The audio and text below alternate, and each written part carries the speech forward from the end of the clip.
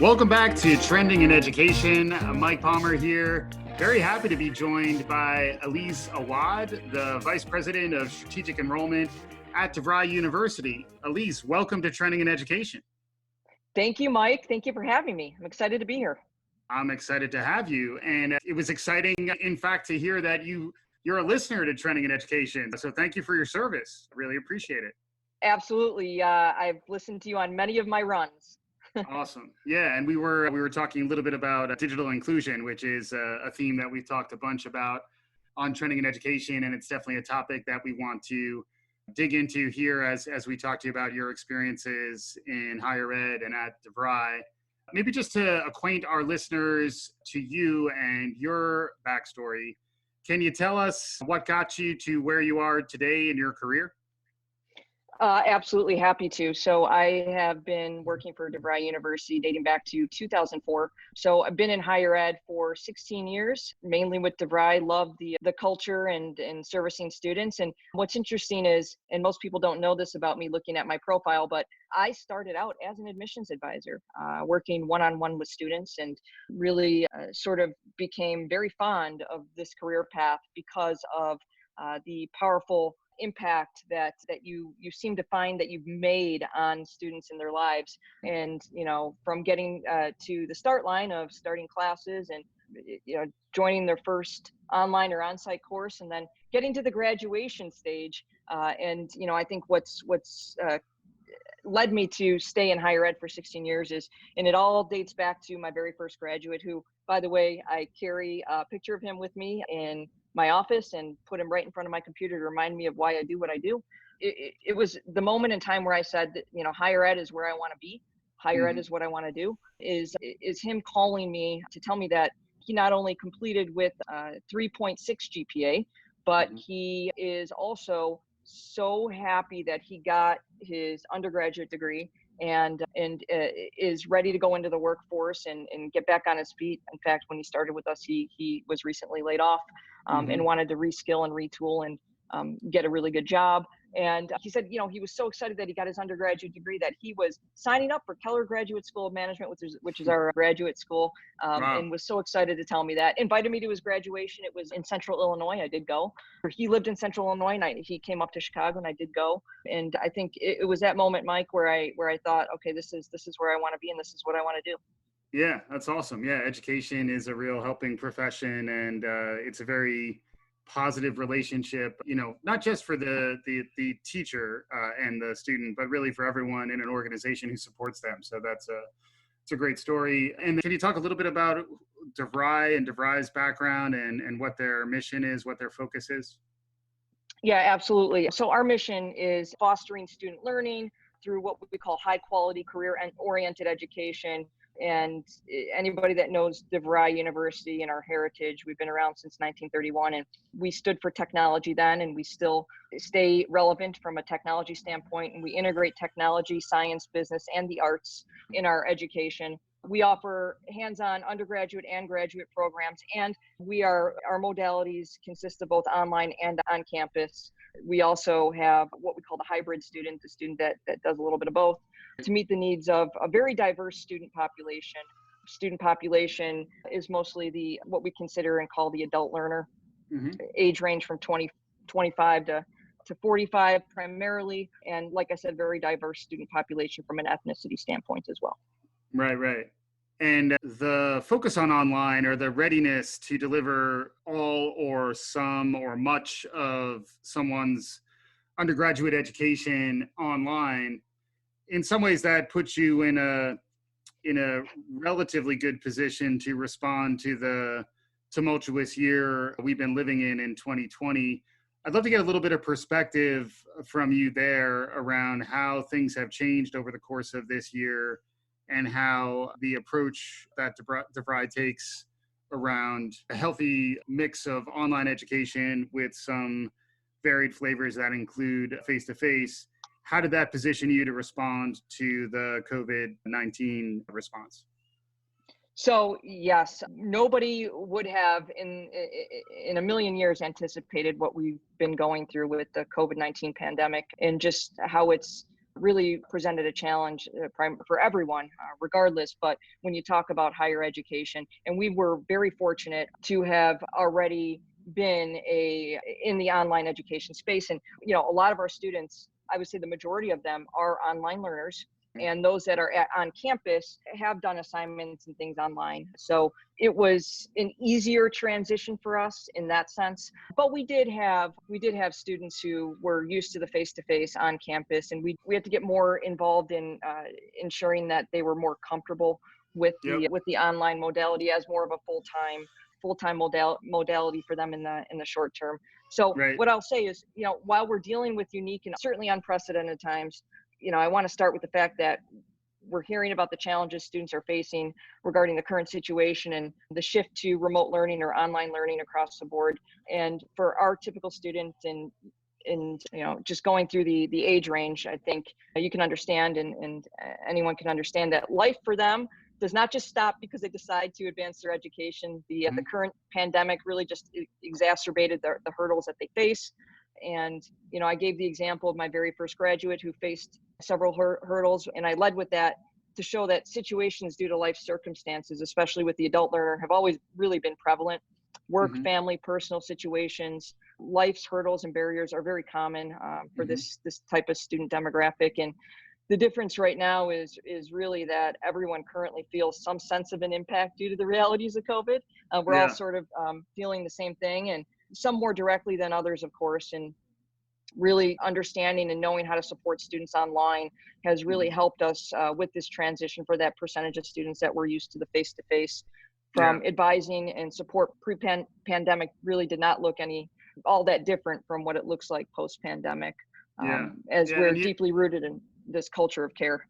Yeah, exactly. And, we were talking a bit about the concept of proactive care as well, which is in many ways tied to the promise of online learning in that, you have the ability to measure how folks are engaging, how students are engaging with your program, and ideally start to identify those risk factors that might lead to disengagement and dropping out and not completing their degree.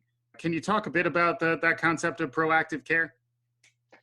Yes. So our proactive care model dates back years and years, and COVID did introduce new needs and concerns for students. So we were very lucky to have big data and predictive analytics that can help us identify who needs us most from a support and care aspect without having them have to tell us. We want to be there for them before things escalate.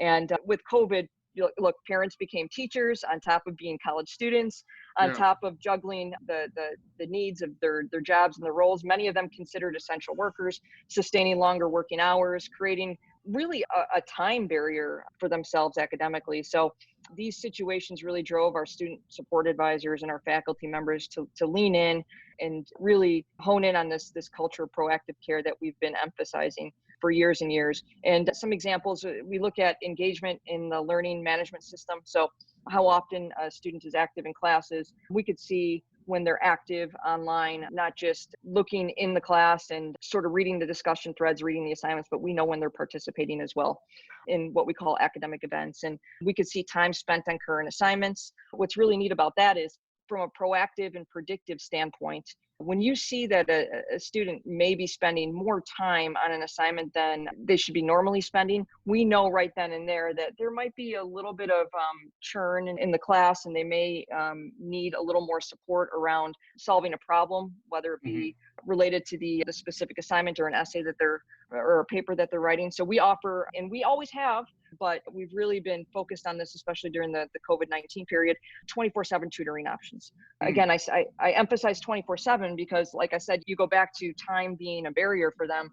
And especially if they're juggling being a parent, being a teacher, being someone that's an essential worker, I think that's really important to have a service that's available when they need it. Right. Not when we're available, right? So, and we do that normally, but I think using the data that we have at our fingertips, we know when to reach out and just say, hey, we're here for you.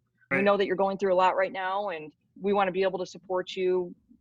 Here are some services that we offer. Let us know if you need anything, and it's just as simple as that. And that's what I mean by proactive. And those are some examples of the predictive analytics that we use, and we can see when someone's not as engaged. And related to COVID, actually, it's funny because so we operate in 3 semesters, 8-week sessions, which is 2 times per semester. So we have 6 8-week sessions a year.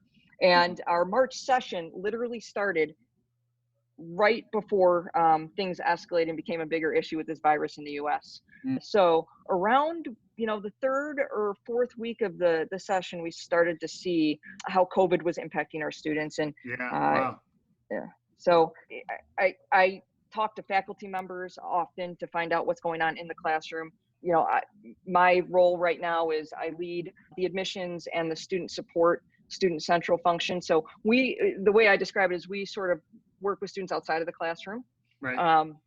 So it's really important to have that connection with faculty inside the classroom to find out what's going on, to make sure that the data that we're seeing is truly showing the signs that we need to really reach out and be proactive. It's really interesting too. An idea that's come up on the show a few times too is using big data, predictive analytics to understand the emotional state of a learner, not just, or the psychological health of someone, not just their cognitive state. Because many times we gravitate immediately to what did they score on an assessment and how did they perform on a particular category? Let's give more questions in that category, which makes perfect sense. And that's definitely a way in which, we develop cognitive skills. But I think what you're talking about is a little bit deeper. And I think it's something that I'm hearing really with any educator I'm talking to nowadays, is that the conversations we have with students and actually our colleagues and our families and our peers are more about just the emotional health of the people on the other side. And I think that's a profound shift. And in some ways, it sounds like, considering the population, the adult learner that DeVry has been serving for all these years, in some ways you have more experience with those types of challenges, and even designing a more flexible mode of delivery that allows people to fit their educational advancement in around the nooks and crannies of their lives, rather than having to bend too much to the traditional model of like a 4-year undergraduate degree. I'd love to get your perspective on that.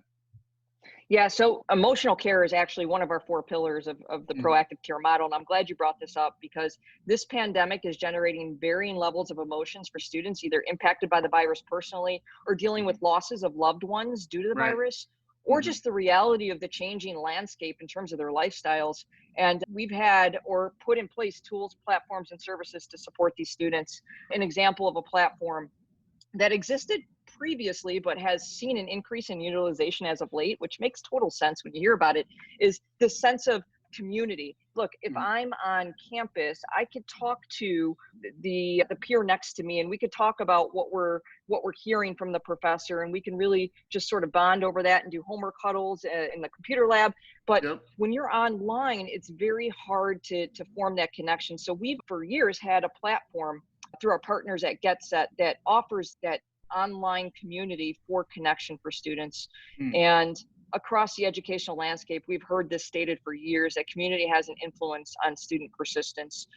And being isolated from a campus culture and some of their friends and family, even on a personal level, we realize how important that sense of community will be in this environment. So truthfully, the majority of our students already knew about this in some way, shape, or form, but the adoption of it due to COVID did increase, and it allowed students, and we saw some of the engagement in the community, support each other. And the amount of students that were just talking about COVID-19 in general and how it's impacted their lives, and just supporting each other via messages back and forth, and how they can juggle schoolwork with the demands of life right now, was really powerful. And there's just something to be said. Look, I could talk to you about the student support advisors and their impact on really caring for and supporting students. Same thing with faculty members, but it does feel a little bit different when it's a peer saying, you could do this.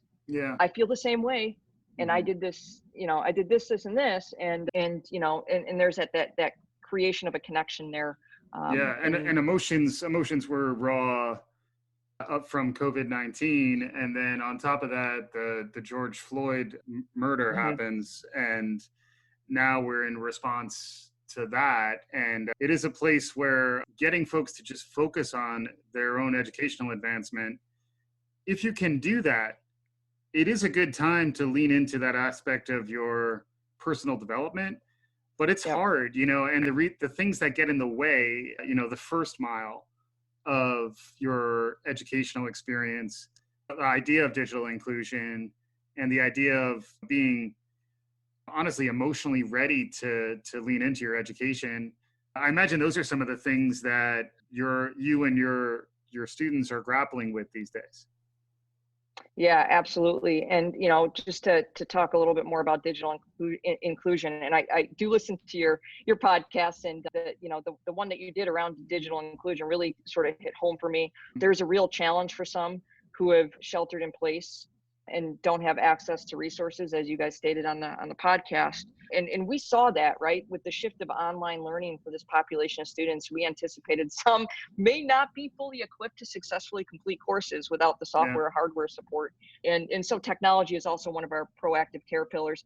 And to Yeah. respond to that proactively, we did set aside inventory to offer complimentary loaner laptops for students who Hmm. relied on our on-site computer labs to complete their assignments. It's actually interesting. I did go to the National Digital Inclusion Alliance Resources Yeah. Center, and Hmm. there's a lot in there that I'm thinking, wow, we need to equip our student support advisors with this information, because this can be very helpful for students that are finding it very challenging from a technology standpoint. So Yeah. we did Yeah. we did provide tips and guides on where to find free hotspots, and when internet connectivity became a concern, we continued to help direct students to internet service providers offering discounts due to COVID. Yeah. And it Hmm. wasn't here's your list of options, go after it and let me know how it went. We helped walk them through it and told them who to call, and we're there Yeah. for them with anything that they needed. So Yeah. Yeah. yeah, Yeah, Angela Seifer been on the yeah. show a couple times. We need to get her back on too. That for the show right in the thick of COVID.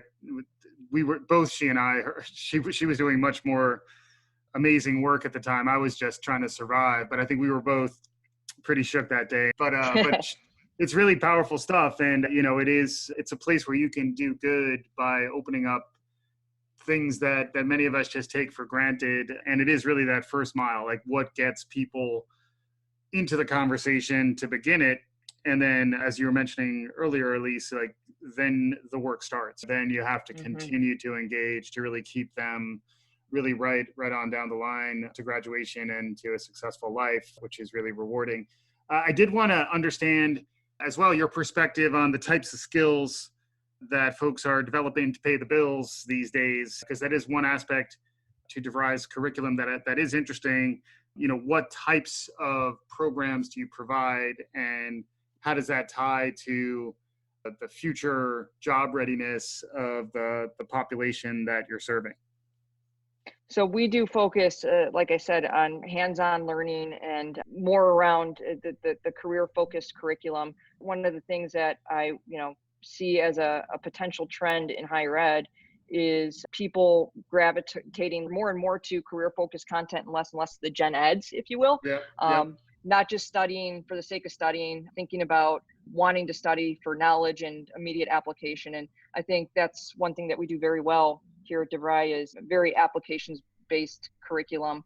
Like I said, business, technology, healthcare, ranging from certificate, associates, bachelor's, grad certificate, master's degrees, allowing students to sort of choose what pathway they want to take. But I think it's really important building life and professional skills earlier for students to get out there and get back to work is important. And blending that tangible learning experience with the hands-on education that can be accessible at home or Mm-hmm. in the classroom, I think is also important. One of the blogs that we wrote was around courses with labs and allowing students to complete some of that kind of work anytime, anywhere, while equipping them with tools to do so, built around the curriculum that truly matters in today's workforce. So Yeah. we have a blog, like I said, it's around the Internet of Things, and it talks about the take-home lab kit based on the Internet of Things and giving students that hands-on experience. And that's just a taste of what we offer at DeVry. And that's really been our mindset and philosophy for years, is that Yeah. career-focused education.